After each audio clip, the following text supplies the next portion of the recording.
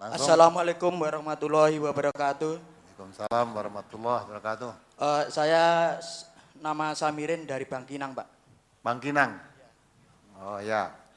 Berapa orang datang dari Bangkinang? Sendirian karena ada urusan keluarga di Blitar. Oh ya. Ya. Gimana? Saya mau menanyakan dari brosur akad pagi 30 Desember 2012. Ayo, apa yang ditanyakan? Tentang yang main-main jadi sungguhan, yang sungguhan jadi sungguhan. Yang main-main jadi sungguhan, yang sungguhan jadi sungguhan.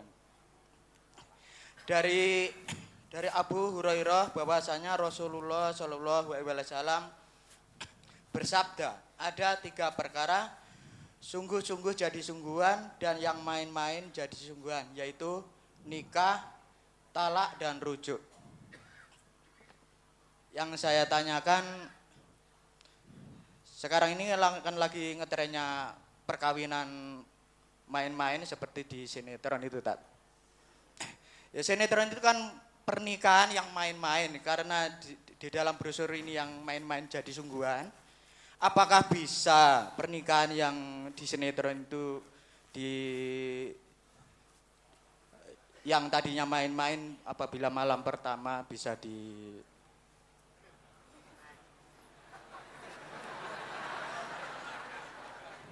Mana? Aku rata nonton sinetron jadi nggak ngerti itu. Nggak pernah lihat sinetron dah ya. Apa yang kamu tanyakan? bisa dijadikan suami istri yang beneran gitu aja. Karena dari brosur ini tadi yang main-main jadi sungguhan, yaitu tentang rujuk, talak, dan nikah. Ya. Pertanyaan yang kedua yaitu anak saya putri kelas 4 SD sering mendengarkan tausiah Al Ustadz, yaitu jihad pagi. Ketika itu Al Ustadz menerangkan tentang kenakalan anak remaja SD, anak SD di waktu itu kalau nggak salah anak kelas 5 yang ngerjai yang lain jenis itu tadi, tentang kekerasan anak laki-laki dan perempuan itu teh. Waktu itu Al Ustadz menerangkan yaitu kata-kata perkosa. Jadi anak saya itu tanya pada saya, Pak, apa itu perkosa, Pak? Ya, di suatu hari di belakang rumah itu ada ayam itu ngejar-ngejar induknya itu. Jadi anak itu terus terang aja memperhatikan karena anak itu masih kecil ya. Jadi perhatikan kenapa itu kok dikejar-kejar katanya. Anakmu laki atau perempuan? Perempuan. Umur berapa? Umur 10. Oh ya, terus?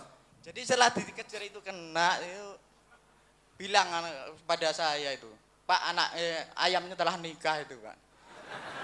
Jadi yang saya tanyakan pada Al Ustadz, bagaimana cara menerangkan anak yang sekecil itu kepada anak-anak gitu, tentang kekerasan kepada yang selain jenis tadi.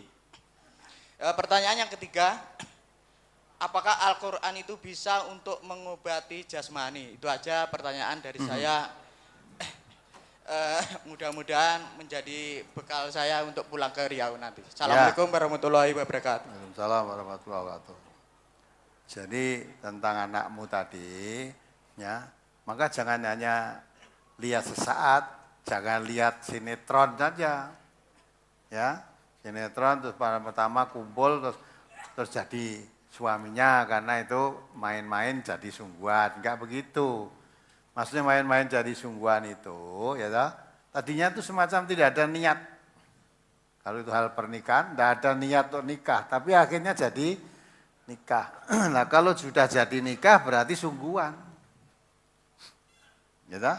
Kalau niat ada nikah sungguhan, itu ada rencana, perencanaan, ada itu enggak. Ya toh? Hanya maunya sebenarnya main-main. Ya ternyata si eto-etoan dulanan akhirnya terus jadi tenanan. Jadi dinikahnya sungguhan. Sebetulnya belum siap nikah sebetulnya. Tapi kalau tidak dinikahkan berbahaya nanti. Dinikahkan. Kemudian masalah anakmu, nasihati anak tadi, lihat ya, perkosaan tadi, ya sudah itu. Dikejar-kejar ya, diperkosa itu tadi. Ayamnya tadi.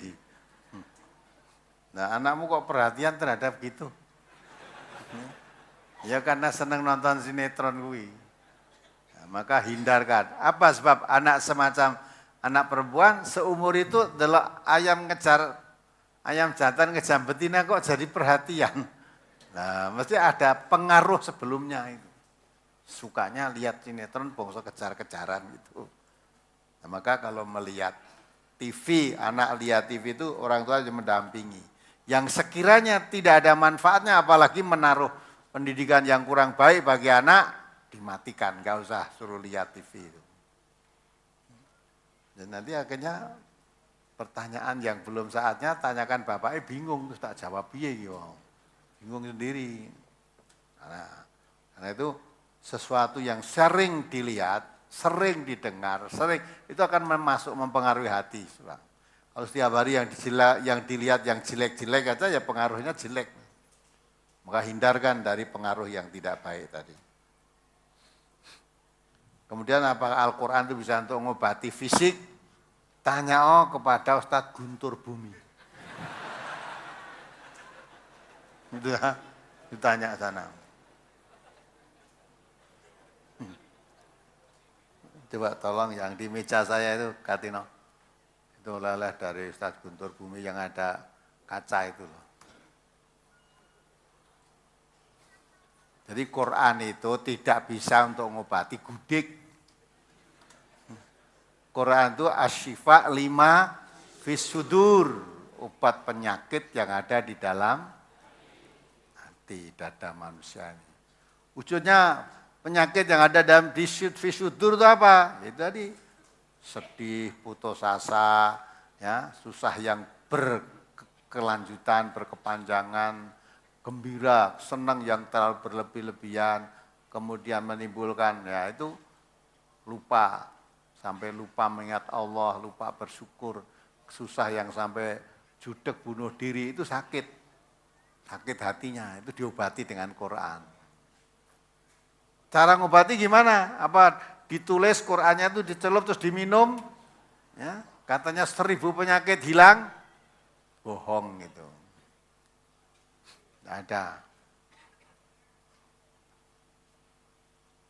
Nah ini, ya, ini salah seorang ibu yang datang kepada saya diobati oleh Ustadz Guntur Bumi, dikasih ini.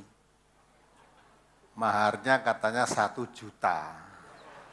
Ini suruh menanam di depan pintu rumahnya. Katanya sudah ditanam, ternyata enggak ada bereaksi apa-apa, malah tetap sama saja, malah makin parah. Setelah dengar radio NTA itu, dibawa ke sini, diserahkan saya. Mungkin ibu ini ada yang datang yang punya ini. Nah, ini dikasih cincin seperti emas itu di dalamnya itu, cincin. Terus gambarnya bahwa ini unta.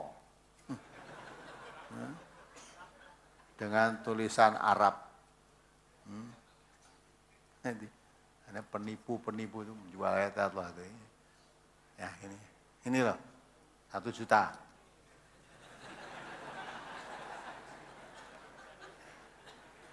Maka kalau orang ngaji betul-betul akan bebas dari tipuan-tipuan begini ini. Tidak bisa ditipu Quran karena kita ngerti Quran, ngerti gunanya Quran. Tidak bisa diseleweng-selewengkan begini. Quran untuk ngobati penyakit, ngobati wereng barang itu bohong. Kan ada kan? Kamu baca, tuliskan ayat itu, kemudian digantungkan di situ, celup. Jadi apa itu? Sawahnya tadi disiram, dilepi dulu, terus ditulakan itu dicelup-celup kayak ayat kursi pasratin di situ. Nanti penyakit wereng-wereng hilang. Tukang dodol obati kon tutup wae. Jadi orang yang tidak ngerti Quran ya gitu. Gak sih terus gawake Quran Istanbul kecil itu pernah lihat kan? Yang sering diberikan. Ini ada ndak hari ini yang nyerahkan Ada Ustaz, yang Quran nyerahkan. Istanbulnya ya ada? Ada. Nah coba Quran ini. Ini penyerahan baru. Ini mesti dari orang yang mengatakan dirinya orang ahli agama. Quran yang besar itu tidak perlu dikaji. Loh, malah ada 2 nih loh. Ya Quran Istanbul. Lah Quran gedene sakmene ora iso maca malah dadekke sakmene coba. Kian ini. Ini mungkin 40 sudah ada ini di sana. Ya, coba. Coba Bapak bisa baca enggak ini coba? Bacanan. Bisa? Nah. Maca Quran gede bingung kejangan wes. Coba siapa yang bisa baca? Enggak bisa. Itu loh jimat. Mana-mana kalau bawa Quran selamat. Nah itu terus itu nih digawane bawa Quran gede-gede kan kabotan, datek kecil ya ini. Mana-mana dibawa. Penipuan. Ini penipuan ini. Maka orang yang ngaji Quran ngerti, wah ini ditipu ini. Menjual ayat-ayat Allah. Dengan kedok Islam mencari makan saja ini. Mencari makan. Maka orang-orang penjual-penjual gini dengan MTA gedengnya luar biasa. Itu rapayu dadalane kok. Karena wis bacot gawe akeh rapayu coba. Kita tidak menyinggung dia, kita menerangkan apa adanya. Kalau begini ini jelas ditipu ini. Quran ini bukan untuk dibawa kemana-mana, bukan berarti bendanya itu dibawa kemana-mana. Ya, tapi aturan hidup cara Quran itu dibawa dalam kehidupan sehari-hari. Kalau Quran melarang orang judi, melarang orang mabuk, lah itu dibawa dalam kehidupan. Di tengah-tengah orang judi saya tidak akan ikut. Tengah orang-orang mabuk saya tidak akan ikut. Tengah-tengah perzinaan saya tidak akan ikut. Tak tutup malah lokalisasi seperti Bu Risma itu ya. Nah, itu bagus itu. Begitu itu harusnya. Orang kok malah ngaji sing dibubarke. Katanya kitab sucinya Quran, bareng ngaji Quran malah dibubarke karena tidak cocok dengan masyarakat ini. Lah masyarakatmu masyarakat Islam apa bukan? Kalau masyarakat Islam mestinya Quran dikaji seneng. Quran diterangkan tambah imannya, itu yang mengatakan Allah. Allah mengatakan orang yang beriman itu idza tuliyat alaihim ayatuhu zadathum imanan. Kalau Quran diterangkan tambah imannya, bukan tambah kebenciannya. Nah, itu. Jadi maksudnya Quran dibawa dalam kehidupan. Quran melarang orang berbuat bohong, hindari kebohongan itu. Ya gitu. Nah, coba begini. Macam-macam jimat. Ya, biasanya yang jual jimat-jimat itu disebut ustadz. Ya, ustadz juga, maka ustadz Guntur Bumi kan ustadz. Ya. Saya bukan nilai dia, itu sudah diumumkan di TV, malah sudah dipanggil di Majelis Ulama. Ada praktek pengobatannya masuk di ruangan gelap, terus matinya lampunya dimatikan, terus nanti ternyata keluar dari kepalanya katanya apa? Belatung. Ulat-ulat, ular. Bangsa ngono ki saya sudah paham. Ya, saya juga punya kakak jadi dukun kok. Iya, sekarang udah meninggal. Itu gitu. Pokoknya wong ngororone itu ya dihapusi gitu aja. Kebetulan pas praktek ada orang datang ke situ, supaya pas ada di situ.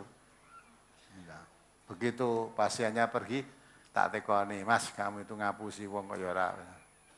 Aku ya ora ngapusi, tak kon ngono ya gelem kok gitu. Udah. Udah, ada lagi yang tambahan itu digelundungin dok. Ya.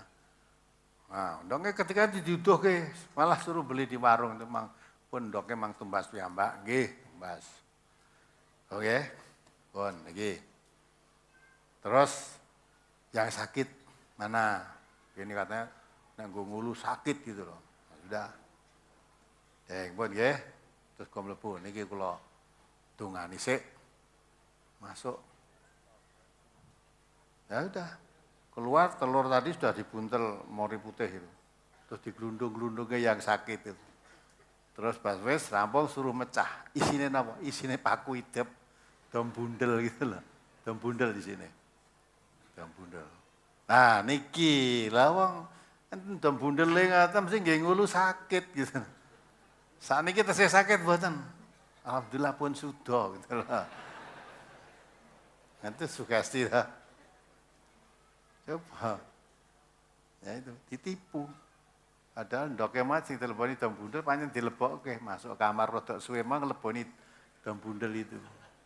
Kita masuk di situ, terus bekas lubangnya kan kecil-kecil itu ditutul seperti tip ek gitu lah. Buntet meneh. Saya lihat itu.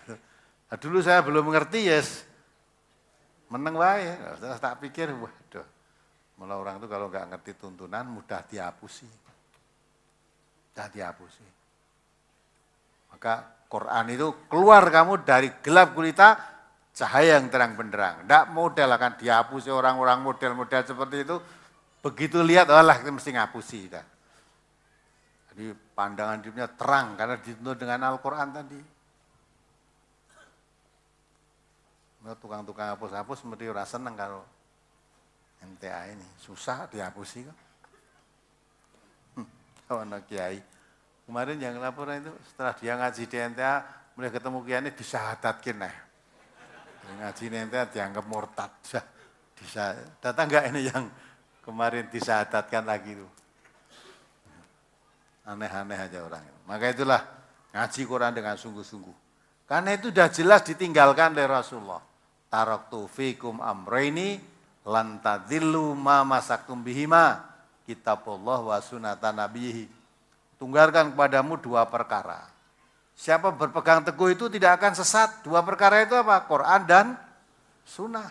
Allah juga mengatakan wa anna hadza sirati mustaqiman fattabi'uhu wa la tattabi'us subula fatafarraqu bikum an sabili dzalikum wasaqum bihi la'allakum tattaqun. Ini Quran ini jalanku yang lurus, ikuti dia. Jangan ikuti jalan-jalan selain Quran.